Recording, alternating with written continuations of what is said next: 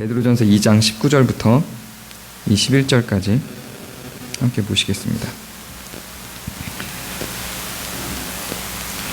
베드로전서 2장 19절부터 21절까지입니다.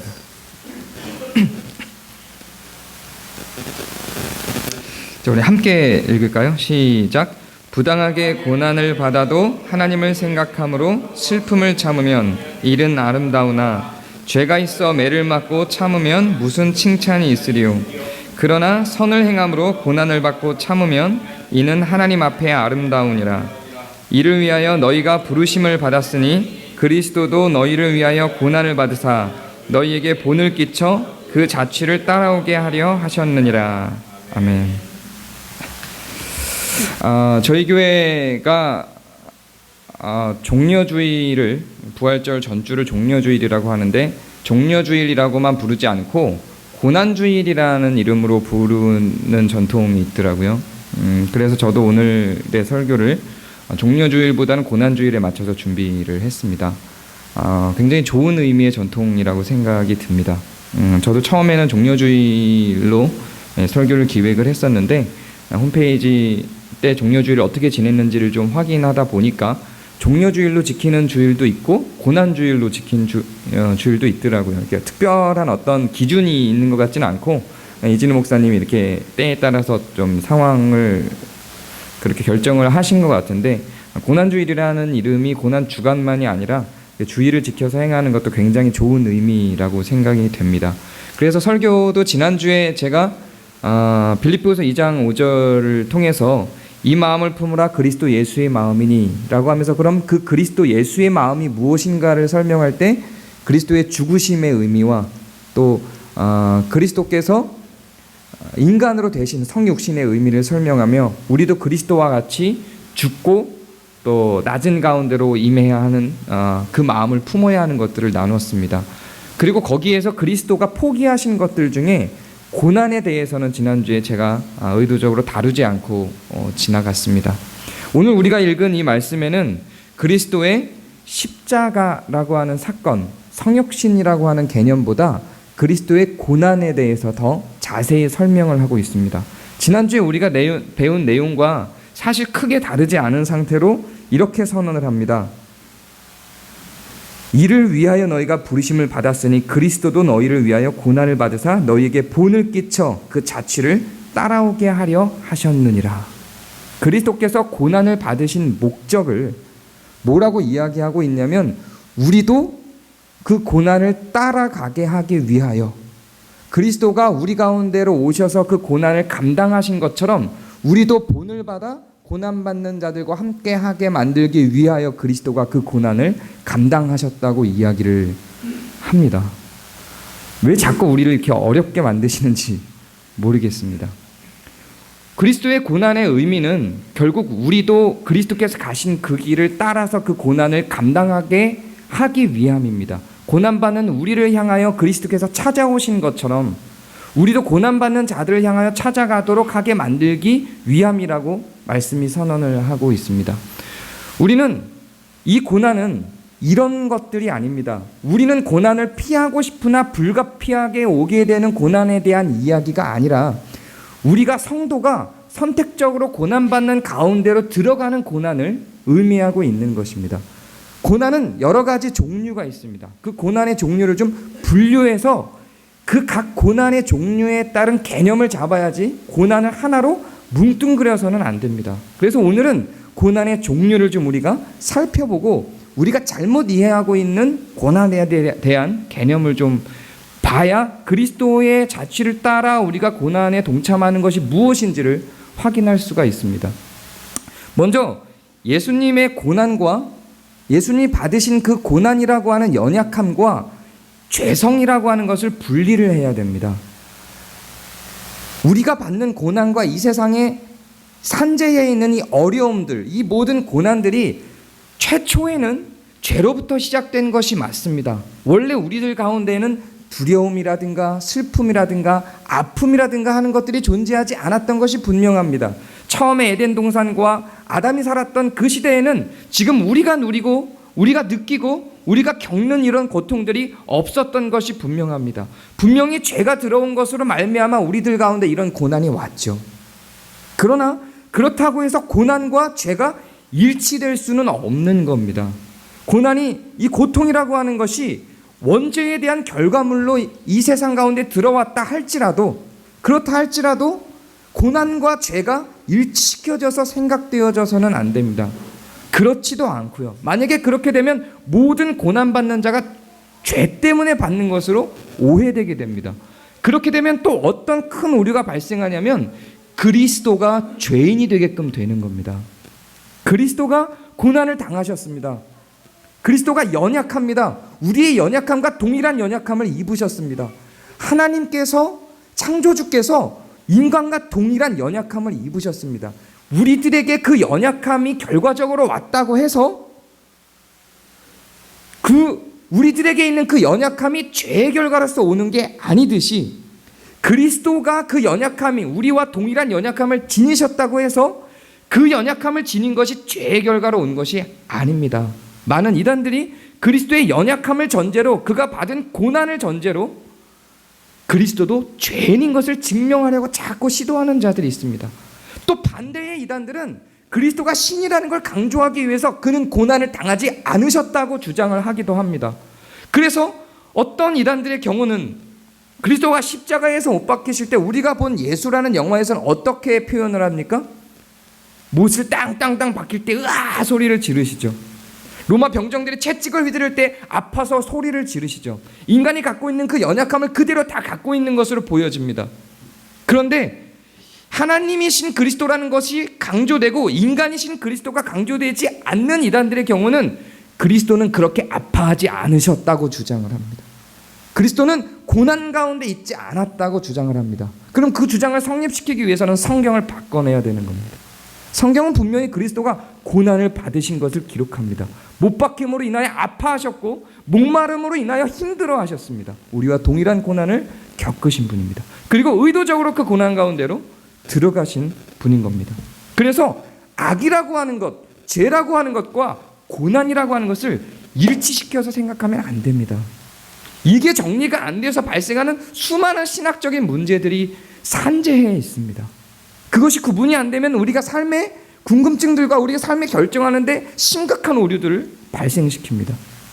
마찬가지로 하나님이 죄를 조성한 죄의 조성자냐, 악을 조성한 악의 조성자냐, 고난을 조성한 고난의 조성자냐라고 하는 질문을 할 때도 이거를 일치시켜서 자꾸만 설명하려고 하는 분들이 있습니다.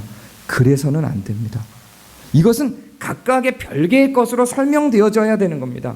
악이 왜 발생하며 악이 왜 사라지지 않는가에 대한 문제, 고난이 왜 발생하며 고난이 왜 사라지지 않는가에 대한 문제는 각개의 것으로 이해되어야 되는 것이지 이것이 하나로 합쳐져서 이해되어져서는 안 되는 겁니다.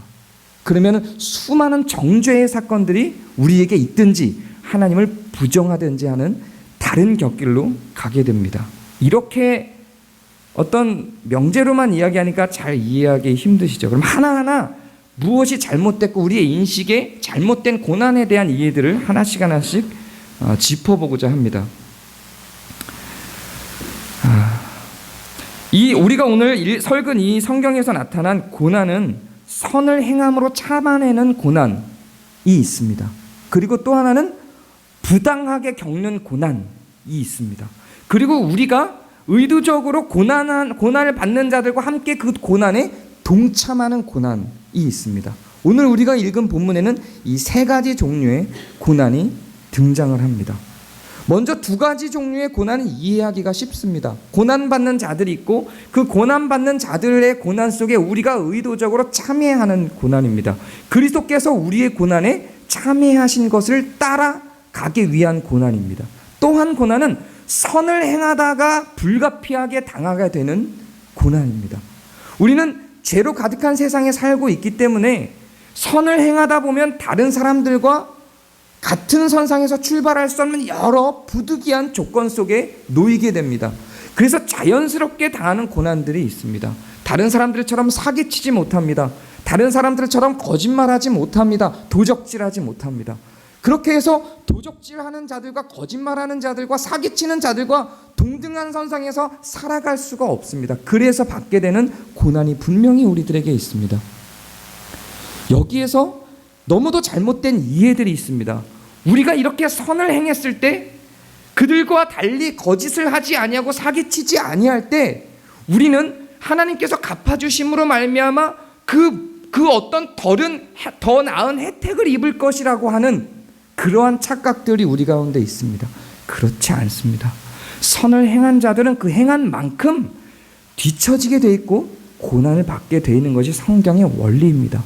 한국교회가 기독교를 너무도 편협하게 무당처럼 만들어놨습니다. 투자하는 만큼 뭔가가 나오게끔 설정을 해놨습니다. 그렇지 않습니다. 우리가 선을 행하면 그 선을 행하는 만큼 되갚음으로 1억 원어치의 선을 행하면 10억 원이 생기는 원리가 우리의 삶 속에 있지 않습니다. 정말 그렇습니까? 그렇지 않습니다. 여러분들이 거지에게 10,000원을 주고 20,000원을 줬다고 칩시다. 구제를 50,000원을 했다고 칩시다. 그러면 50만 원이 들어오고 100만 원이 들어오는 게 아니라는 이야기입니다. 5만 원을 구제했으면 5만 원 잃어버리시는 겁니다. 그것이 성경의 원리입니다. 그럼 5만 원어치의 손해를 보는 겁니다. 되갚아지지 않습니다. 그걸 감수하고 그걸 감당하고 그 선에 동참하는 겁니다.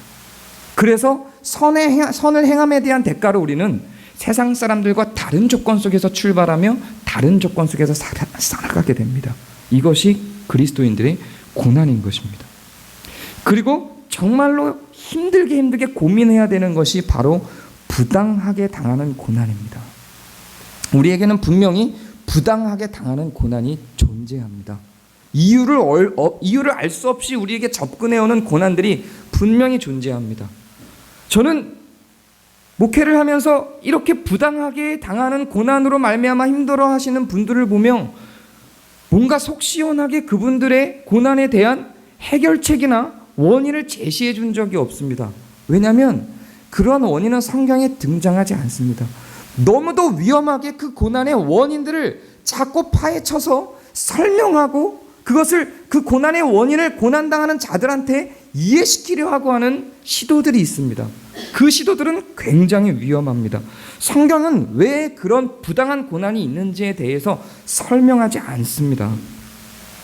혹자는 그런 이유를 알 수 없는 부당한 고난에 대해서 죄에 대한 벌이다 이렇게 이야기를 합니다. 오늘 우리가 본 내용 19절을 보면 부당하게 고난을 받아도 하나님을 생각함으로 슬픔을 참으면 이는 아름다우나 죄가 있어 매를 맞고 참으면 무슨 칭찬이 있으리요. 그래서 죄를 지으면 거기에 해당되는 매를 맞는다고 생각하게 만드는 요절인 것처럼 보입니다.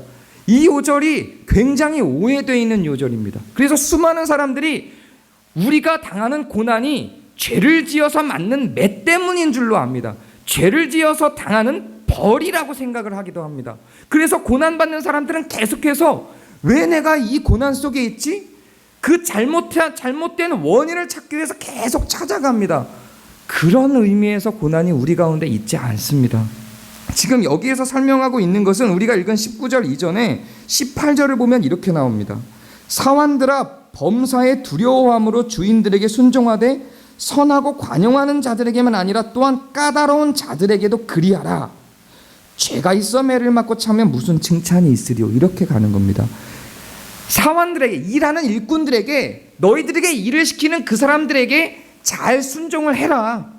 그들에게 잘 순종을 하는데 관용하는 자들, 칭찬하고 마음이 넓은 자들에게만이 아니라 좀 까다롭게 일을 시키는 사람들에게도 잘 순종을 해라. 만약에 니네가 죄를 지어서 그 주인들에게, 그 일을 시키는 자들에게 죄를 지어서 항변하고 이러다가 매를 맞으면 그게 무슨 칭찬이 있겠냐. 그렇게 까다로운 자들이라 할지라도 일을 잘해줘라 라고 하는 의미예요. 그럼 매는 누가 때리는 거예요? 그 일을 시키는 자가 때리는 매의 의미예요. 죄를 짓고 매를 맞으면 이라고 하는 이 조건 속에는 그 주인에게 죄를 짓고 주인에게 맞는 매를 의미하는 것이지, 죄를 지은 자가 하나님께 매를 맞는 것을 의미하는 요절이 아닙니다. 이해가 되시죠? 근데 이걸 자꾸만 앞뒤 문맥 성경은 앞뒤 문맥과 문단을 분명히 보셔야 됩니다. 한 요절만 보시면 안 돼요. 이 요절만 보고 죄가 있어 매를 맞고 참으면 무슨 칭찬이 있으리라는 요 요절만 보고 그 전제된 내용은 전혀 보지 않고 매를 맞는 이유는 죄를 지어서구나, 죄에 대한 결과로 나온 거구나 자꾸 생각을 하게 됩니다. 그렇지 않습니다. 만약에 우리가 죄에 대한 결과로서 어떤 벌을 받는다고 한다면 우리는 아픈 게 아니라 죽습니다. 오늘 찬양 가운데 있었잖아요. 죄의 삭은 사망이에요. 죽어야 되는 거지 아픈 걸로 끝나지 않습니다. 더불어 우리가 만약에 우리가 지은 죄에 대한 대가로 벌을 받는 것이면 그리스도는 왜 죽으셨습니까? 그리스도가 죽으신 이유가 무엇입니까? 그리스도가 죽으신 이유는 우리의 죄에 대한 대가를 대신 받아서 죽으신 것입니다. 그래서 대속이라고 하죠. 만약에 우리가 지은 죄에 대한 대가를 우리가 받는 것이면 그리스도는 죽을 이유가 없어요. 우리가 그 죄에 대한 대가를 받으면 되는 거잖아요. 그렇지 않습니다. 그리스도의 구속의 의미, 그리스도의 십자가의 의미를 너무나 많이 낮춰놓은 것들이에요. 죄에 대한 대가로 벌을 받는 게 아닙니다. 훈육 차원에서의 고난은 종종 존재를 합니다. 마치 자녀가 뭔가를 잘못할 때 부모가 그 자녀를 잘 이끌어내기 위해서 너 그렇게 그 길로 가면 안 돼라는 측면에서 이 자녀를 안 돼, 가지 마! 라고 부모가 이렇게 올바른 길로 끌고 가기 위해서 회초리를 들듯이 그렇게 하나님께서 우리를 올바른 길로 인도하시기 위해서 훈육 차원에서 나타나지는 매가 있습니다. 분명히 그런 것들은 존재를 하고 성경 가운데서도 그런 예들은 굉장히 많이 찾아볼 수가 있습니다. 히브리서 12장을 보면 이런 말이 있죠. 하나님이 아들과 같이 너희를 대우하시나니 어찌 아버지가 징계하지 않는 아들이 있으리요. 징계는 다 받는 것이거늘 너희가 없으면 사생자요 친아들이 아니니라 이러죠. 여기서 징계라고 표현이 돼서 번역이 되어 있으니까 이 징계라고 하는 말이 마치 벌인 것처럼 죄에 대한 대가로 나온 것처럼 오해되죠. 근데 이 번역을 한국본 번역을 고쳐야 됩니다. 원어도 물론이거니와 영어도 여기 뭐라고 써 있냐면 디서플린으로 써 있어요. 훈련 혹은 훈육으로 써 있는 것입니다. 이것은 훈련의 차원으로 이해가 되고 훈육의 차원에서 들은 것이어야지 죄를 지었기 때문에 나타나는 결과물로서 만들어지는 것들이 아니라는 이야기입니다. 만약에 이게 어떤 차이가 있느냐? 훈육의 차원이라고 한다면 교정이 되어야 되는 거고 그 교정은 교정된 결과물이 나타나야 되는 것이에요. 근데 이렇게 설명될 수 없는 것들이 너무나 많습니다. 예를 들면 저는 아프리카에서 선교 사역을 하다 왔습니다. 전쟁이 났죠. 그 남수단이라고 하는 나라가 오랜 전쟁으로 말미암아 대량 학살을 당해서 200만 명이 죽었습니다. 훈육입니까? 교정이 됐나요? 욥의 이야기하고는 완전히 차원이 다른 이야기예요. 욥도 첫 시작은 그렇지 않았으나 욥이 고난 가운데 들어가니 본인의 문제가 발생하죠. 나는 의인이야. 나는 잘못이 하나도 없어. 이렇게 생각하고 있는 본인의 문제가 발생해서 나중에 하나님을 대면하여 봤을 때 나도 연약하고 나도 죄인이구나라고 하는 것을 고백하게 되죠. 그리고 하나님이 교정하여 주시고 그 다음에 그에게 축복을 7배나 주시죠. 이렇게 나타나는 결과물들이 있죠. 그런데 이 원리가 모든 자들에게 적용이 되느냐고요. 적용되지 않는 현상들이 너무 많아요. 200만 명이 죽어버렸어요. 교정인가요? 훈육인가요? 훈련인가요? 아니라니까요. 그런 경우들이, 그런 상황들이 분명히 있습니다. 훈련이 있고 훈육이 있습니다. 그러나 모든 고난들을 이 훈련과 훈육으로 설명할 수는 없어요. 그렇게 설명해서도 안 됩니다. 그럼 그 죽어간 사람들은 훈육받는 것들이 아니라 그럼 뭐라고 설명해야 되는 겁니까? 그 죽어간 200만 명은 어떻게 이야기를 해야 되는 겁니까? 모든 상황을 일반화시킬 수 없습니다. 성경이 갖고 있는 한 사례를 모든 성도들에게 다 일반화시킬 수 없어요. 욥의 고난에 대한 이 사례를 모든 성도들에게 다 일반화시킬 수 없습니다. 이런 사례가 있는 거예요. 하나님이 이런 사례에선 이렇게 대우를 하신 사건이 있는 거고 이런 사례에선 이렇게 대우하신 사건이 있는 거예요. 일반화될 수 있는 조건이 아니라는 이야기입니다. 만약에 이게 일반화가 되려면 고난을 감내한 사람들은 다 7배나 축복을 받아야죠. 그렇지 않은 사람들은 뭐예요?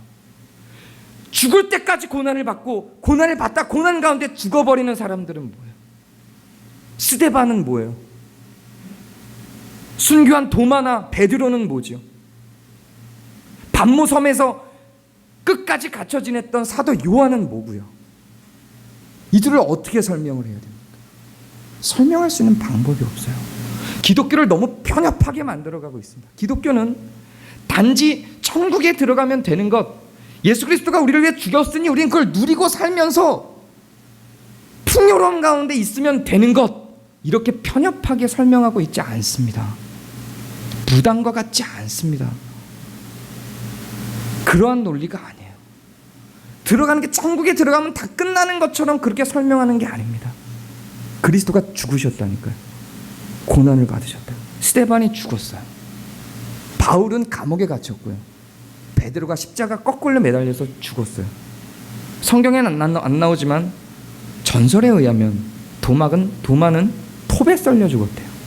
이런 일들이 도대체 왜 일어나며 어떻게 이해해야 되는 거냐고.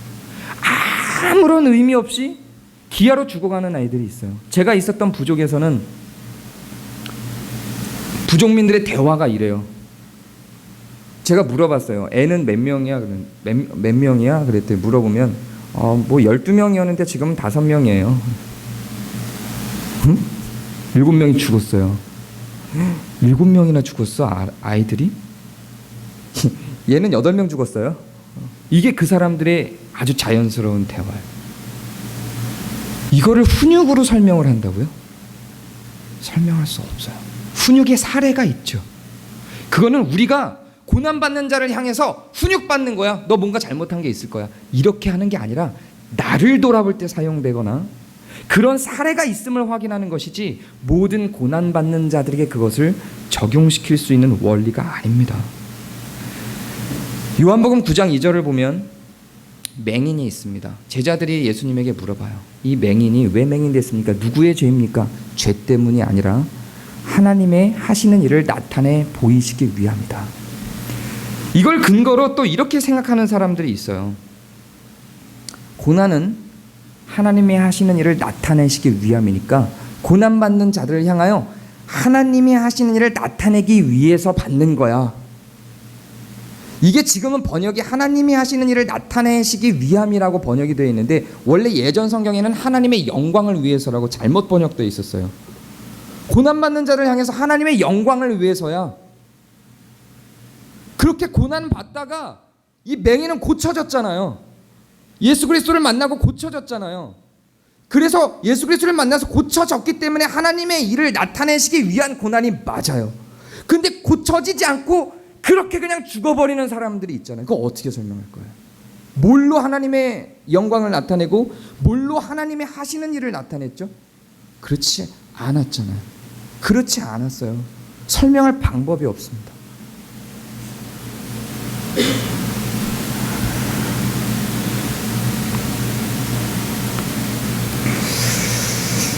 고난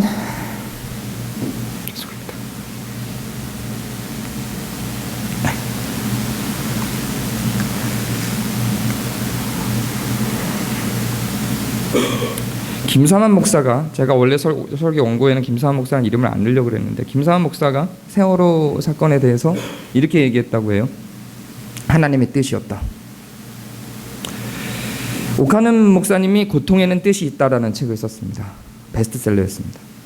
네, 전부 맞는 말이고 저도 그걸로 큰 감동을 얻었습니다. 그러나 그런 사례가 있는 겁니다. 그 책만으로 고통에 대해서 고난에 대해서 절대로 설명할 수 없습니다. 그 책을 보시려거든 오카는 목사님이 고통에는 뜻이 있다라고 하는 책을 보시려거든 반드시 C.S. 루이스의 고통의 문제라는 책을 같이 보셔야 됩니다. 한쪽 편만 보고 모든 고통을 그렇게 해결해낼 수 없습니다. 하나님의 뜻이었다고요? 모든 고난이 하나님의 뜻이었다. 하나님의 전능하심에 대해서 설명하기 위해서 나타나 있는 어떤 전제임이 분명합니다. 그래서 김사환 목사가 그렇게 했던 설교를 제가 잘 찾아봤습니다. 영상을 찾아보려고 했는데 잘 못 찾아봐서 그 설교를 들은 사람이 이제 김사환 목사의 설교를 욕하면서 올린 글을 찾아서 봤어요. 본문은 이거였습니다. 누가복음 12장 7절. 너희에게는 심지어 머리털까지 다 세신 바 되었나니. 머리털까지 다 세신 바 된 하나님이다. 이 세상에 모르는 일이 없는 하나님인데 세월호 사건을 몰랐겠느냐. 하나님 뜻이다. 순종하고 용납하고 받아들여야 한다. 이 부분은 그렇게 설명하기 위해서 만들어진 본문이 아니라 그 앞에 뭐라고 얘기하냐면 구원에 대해서 설명하면서 나온 본문입니다. 그 사람들이 하나님보다 세상 사람들, 자기에게 직접 채찍을 들 수 있는 세상 사람들을 더 두려워해서 하나님을 떠나는 모습을 보고 그 사람들을 향하여 내가 너희를 하나도 잃어버리지 않겠다 선언을 하시면서, 그렇게 하나님보다 세상을 두려워서 떠나는 사람들에게 내가 너희를 하나도 잃어버리지 않겠다라고 선언을 하시면서 너희에게는 심지어 머리털까지도 다 세신 바 되었는데 두려워하지 말라. 너희는 많은 참새보다 더 귀하다. 내가 너희를 하나도 잃어버리지 않겠다라고 하면서 구원에 대한 설명을 하고 있는 이야기예요. 고난에 대한 설명을 하고 있는 게 아니에요. 구원받을 자들이 있는데, 구원받아야 될 자들이 있는데 당장 세상의 압제 때문에 하나님보다 세상을 더 두려워하는 자들에게 내가 너희를 하나도 잃어버리지 않겠다라고 하면서 너희를 내가 다 구원하겠다라고 선언하시는 차원에서 내가 내 새끼를 못 알아보겠냐? 머리털까지 다 세신 바 되는데 내가 내 새끼를 못 알아보겠냐? 내가 너희를 다 구원하겠다. 이 얘기를 하고 있는 것이지. 하나님의 다 아시는데 예정이라고 하는 것은, 성경에서 말하고 있는 예정이라고 하는 것은 구원을 설명하기 위한 방법이지 고난에 대한 문제를 거기다가 갖다 붙여놓을 수 있는 게 아니에요. 그렇게 우리의 삶의 한 조각조각들이 우리의 자유의지까지 다 간섭되어져서 그렇게 하나하나가 전부 다 하나님이 넌 고난 받아, 너는 잘 먹고 잘 살아, 이렇게 결정된 이야기들을 갖고 있는 게 예정론이 아니에요. 너무 많은 오해가 있어요. 나중에 구원론을 들어갈 때 예정에 대한 이야기를 제가 할 겁니다. 이런 걸 의미하는 이런 운명론적인 결정론적인 이야기를 하는 게 아닙니다. 구원에 대한 이야기를 하는 거예요. 그렇게 이야기하면은 하나님은 뭐가 돼요? 그렇게 하나님이 정해놨으니 꼼짝 못해. 성경은 이렇게 이야기하는 곳이 하나도 없어요. 인간들이 너무나도 많은, 성경에 대한 오해로 너무나도 많은 한 요절만 가지고, 문단을 알지도 못한 채 해석하지도 못한 채 한 요절만 가지고 너무너무 많은 추론을 해서 나타나는 결과물들입니다. 그럼 도대체 고난은 왜 있습니까? 성경에 부당한 고난이 있다고 분명히 등장을 하고 나오는데 그 부당한 고난에 대한 이유가 무엇입니까? 정말 미안한데 성경에는 그런 내용이 없어요. 써있질 않아요. 저도 너무 답답해요. 다들 답답하니까 그 답을 찾으려고 성경에 없는 얘기를 덧붙이고 추론하고 상상하다 보니까 나온 이야기들, 이것들이 고난받는 자들에게 아분짝에도 쓸모없는 답변들이에요. 원인을 추적하려고 들지는 마세요. 성경에 그 답을 제시하고 있는 부분이 없습니다. 성경이 가는 데까지만 가고 성경이 말하는 데까지만 말해야 하는 것이 맞는 것입니다. 성경이 말하는 데는 부당하게 받는 고난이 있다. 부당하게 고난 가운데 있는 자들이 있다. 내가 너희를 위하여 고난받은 것처럼 너희는 부당하게 고난받는 자들과 함께 고난받아라. 여기까지예요. 우리가 어떻게 살아가야 될지에 대해서, 고난에 대해서 우리가 어떤 자세를 취해야 될지에 대해서 이야기를 하지, 이게 왜 있다 이렇게는 이야기하지 않습니다. 그건 나중에 하나님께 가서 물어보자고요. 우리는 그것을 하나님의 눈을 갖고 세상을 바라보면서 그 잣대를 잴 수가 없어요. 맹인과 같은, 하나님의 하시는 일을 나타내시기 위한 맹인과 같은 일이 있죠. 히브리서에서 얘기한 훈육의 개념 속에 있는 고난도 있죠. 욥이 당했던 고난과 같은 사례의 고난도 있죠. 이런 사례들이 다 또 다르잖아요. 이런 사례의 고난들이 있죠. 그러나 설명할 수 없는 부당한 고난들이 존재한다니까요. 그러니까 우리는 저 고난이 왜 생겼다라고 판단할 수 없어요. 우리는 하나님의 눈을 갖고 있지 않거든요.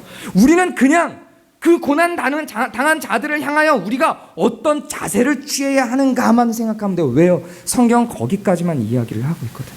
거기서 더 진전하시면 안 되는 겁니다.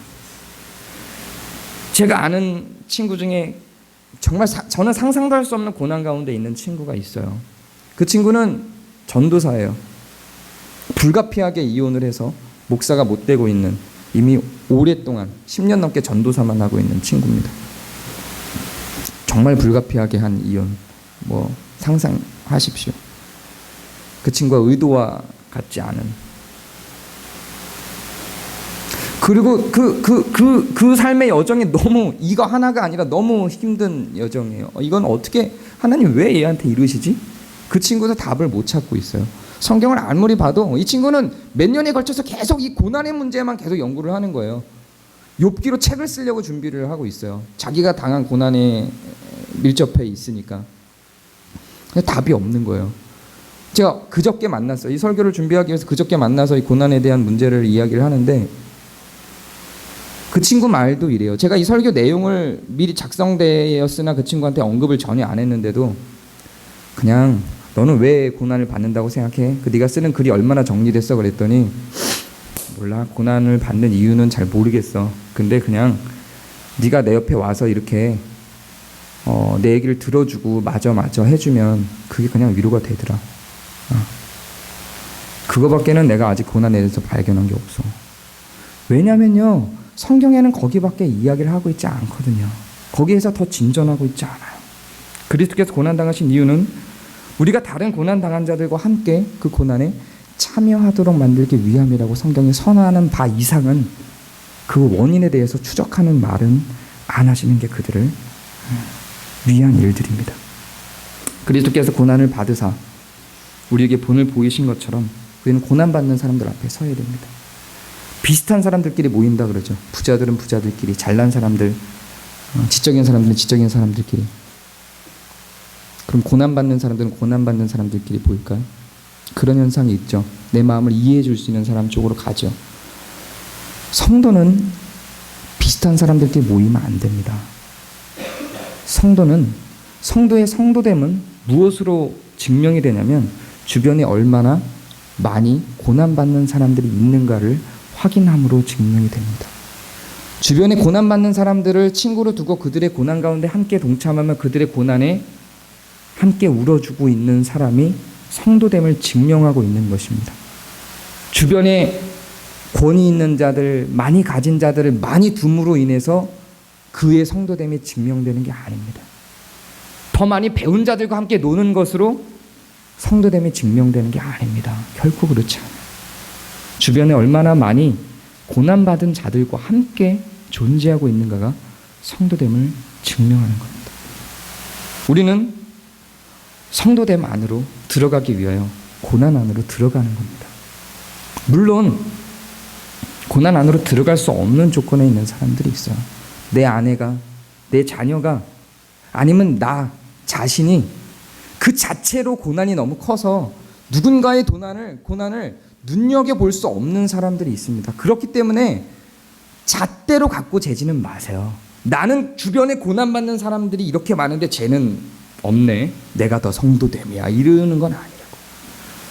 그 사람들이 당하는 고난이 있기 때문에 그걸 내가 행해야 되는 거지, 그걸 갖고 또 잣대로 재서 이렇게 설교했다고 해서 자, 누가 성도됐는지 한번 볼까, 제 주변에 고난받는 사람들이 한 10명, 나는 20명, 이렇게 가면 안 된다고. 그런 게 아니에요. 고난 가운데 있는 분들은 잘 좀 버텨주세요. 뭐라고 할 말이 없어요. 제가 전능했으면 좋겠는데 그럴 수 없으니까 잘 버텨주세요. 교회가 그 고난받는 자들의 고난을 헤아리지 못해서 정말 죄송합니다. 그 교회의 일인데 그러지 못함에 대해서 정말 죄송한 거예요. 버텨주시고 표현하셔도 됩니다. 우리도 그리스도께 그 고난의 혜택을 받은 자들입니다. 그래서 우리가 함께 동참하는 것이 마땅합니다. 표현하셔도 됩니다. 내가 힘들어요. 이야기하셔도 됩니다. 그리스도인들에 대한 의무라고 하는 것은 그 의무를 질 수 있는 능력이 있는 자들에게 있는 것이지, 그 고난 가운데 있는 자들에게 있는 것이 아닙니다. 고난 가운데 있는 자들은 조금 이기적이어도 괜찮습니다. 그리고 그것을 품을 수 있는 아량이 다른 실력 있는 자들에게 또 존재할 수 있습니다. 그리스도께서 저를 위해 당하신 그 고난만큼, 그 동참하신 그 고난만큼 저희가 동참할 수 있다고, 제가 동참할 수 있다고 자신하지 못합니다. 어림도 없죠. 그러나 곁에 있을 수는 있을 것 같습니다. 표현하시고 같이 있을 수 있도록 좀 열어주시기 바랍니다. 그래서 우리 공동체가 고난받는 자를 모른 척하고 지나가거나 내가 그 고난받는 자로 인해서 피해받을까 두려워하는 공동체가 아니라 그들이 기꺼움으로 함께 고난받을 수 있는 그런 공동체가 되기를 소망합니다. 기도하겠습니다.